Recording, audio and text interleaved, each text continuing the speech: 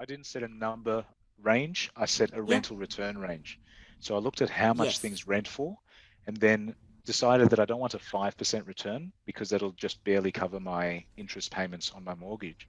I wanted something that had double that.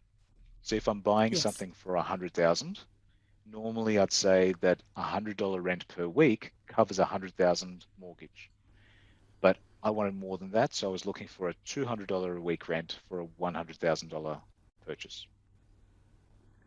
Yeah. So And you didn't have any trouble finding that scenario within Oberon itself.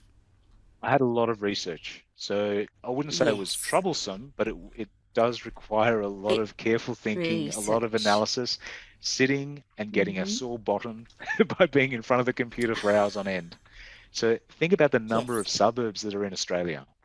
There's eight Yes. states, including six states and two territories.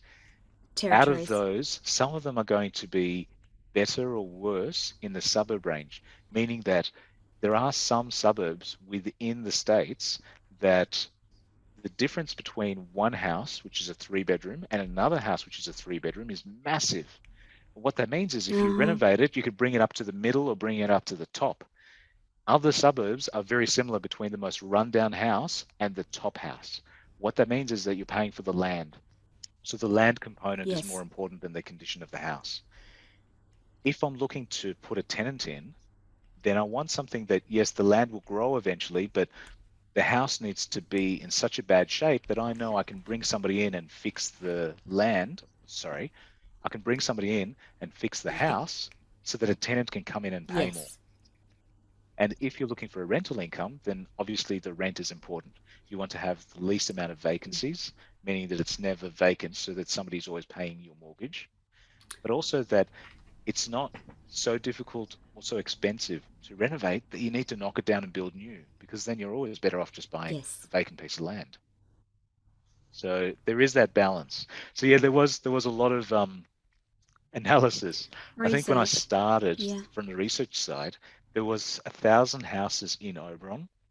I narrowed it down from 1,000 to 200 that with the right kind of size, the land wasn't so Yes. massive that I needed to hire a team just to do the lawn mowing, and it wasn't so Yeah. small that it meant that I could never do anything bigger than what was exactly on it right then, Yes. um, which narrowed it down to about 200 from the 1,000 that I liked. And then I narrowed it down further Yeah. because I was working full time. So imagine a job where I'm the manager, which means that every Saturday and Sunday, every public You're holiday, I there. have to be on site. I have to be there. That means that my weekend was a Tuesday and Wednesday or a Wednesday and Thursday. I don't think it was ever Thursday. I think it was more the Mm. Tuesday and Wednesday. But either way, Tuesday, Yes. Wednesday, or Wednesday, Thursday. What that means is that I have to book in any inspections that require me to drive a distance. I'm not going to do it on the one day. I'm going to stay No. overnight wherever I'm going to.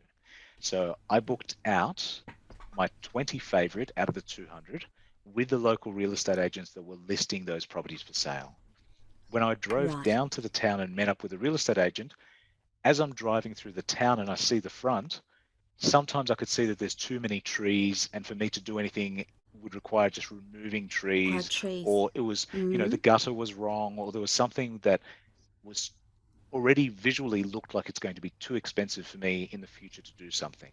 So I narrowed it down to Yeah. about 10 inspections out of the 20 that I wanted to do before arriving in the town.